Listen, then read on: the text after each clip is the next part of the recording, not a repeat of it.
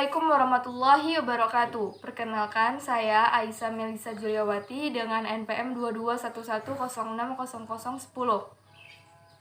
Saya mahasiswa Pendidikan Biologi UIN Raden Intan Lampung, dan di sini saya akan menjelaskan tentang perencanaan, administrasi, dan ketiga laboratorium. Tugas TS untuk memenuhi mata kuliah pengelolaan laboratorium yang diampu oleh Ibu Maita Dwi Solviana, dan berikut videonya.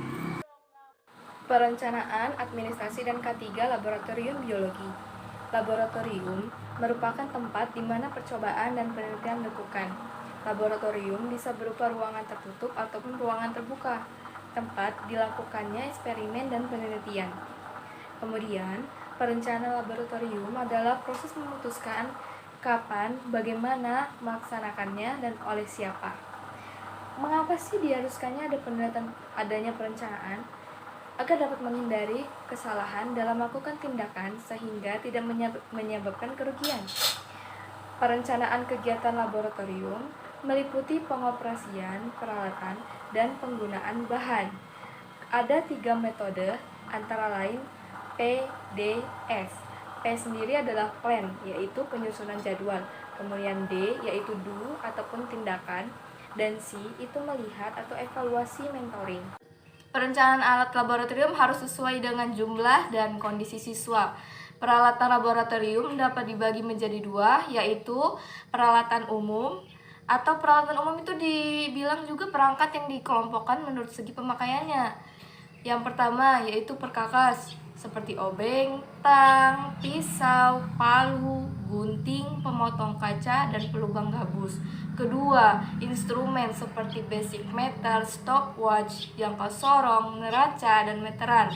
Yang ketiga, alat gelas seperti tabung reaksi, gelas kimia, dan lain-lain. Dan keempat, bagan seperti penampang, melintang batang, atau daun.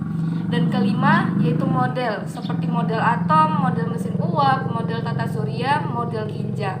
Kemudian peralatan khusus.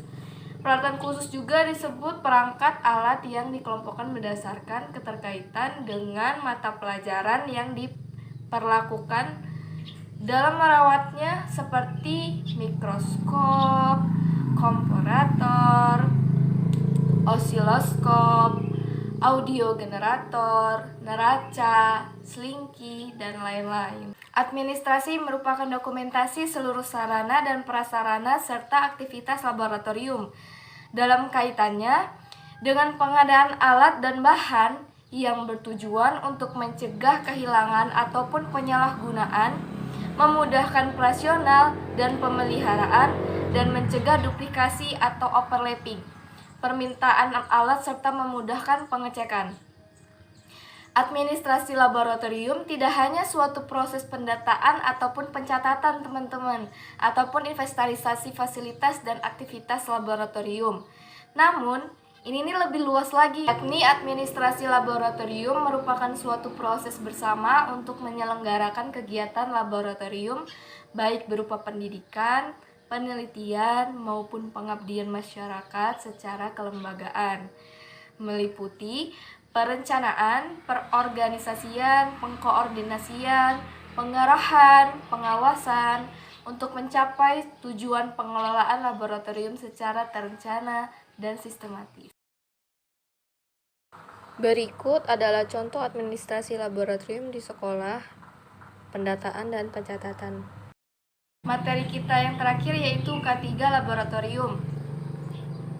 Keamanan adalah faktor yang seharusnya menjadi perhatian yang paling besar dalam kegiatan laboratorium. Tetapi, umumnya selama ini terjadi adalah justru terabaikan. Kita belum terbiasa memperhatikan keamanan bekerja. Syarat keamanan di laboratorium bertujuan juga untuk melindungi diri kita sendiri, baik yang bekerja di laboratorium itu sendiri, maupun keamanan sekitar dan lingkungan kita. Beberapa hal yang menyangkut keamanan laboratorium adalah tersedianya ventilasi atau blower, unit pengolahan limbah, bak cuci, dan saluran yang aman. Pintu masuk atau keluar juga harus hendaknya cukup luas untuk mengarahkan dan membuka keluar, sehingga bila terjadi keadaan darurat, orang yang dari dalam dapat mudah keluar tanpa hambatan, dan keselamatan keamanan kerja difilosofikan sebagai suatu pemikiran dan upaya untuk menjamin keutuhan dan kesempurnaan baik jasmani maupun rohani tenaga kerja pada khususnya dan manusia pada umumnya, hasil karya dan budayanya menuju masyarakat makmur dan sejahtera.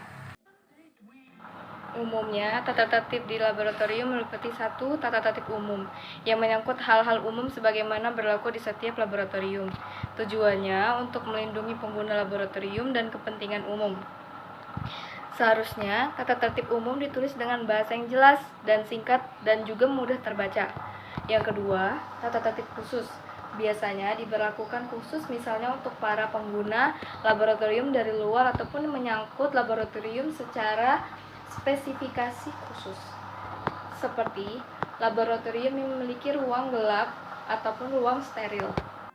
Semua yang terlibat dalam kegiatan laboratorium harus mengetahui letak keran utama gas, keran listrik, dan saklar utama listrik. Kedua, harus mengetahui letak alat-alat pemadam kebakaran seperti tabung pemadam kebakaran, selimut tahan api, dan pasir untuk memadamkan api. Yang ketiga, gunakan alat APD seperti alat pelindung diri sesuai dengan jenis kegiatan di laboratorium. Dan keempat, menaati peraturan perlakuan terhadap bahan kimia yang mudah terbakar dan berbahaya lainnya.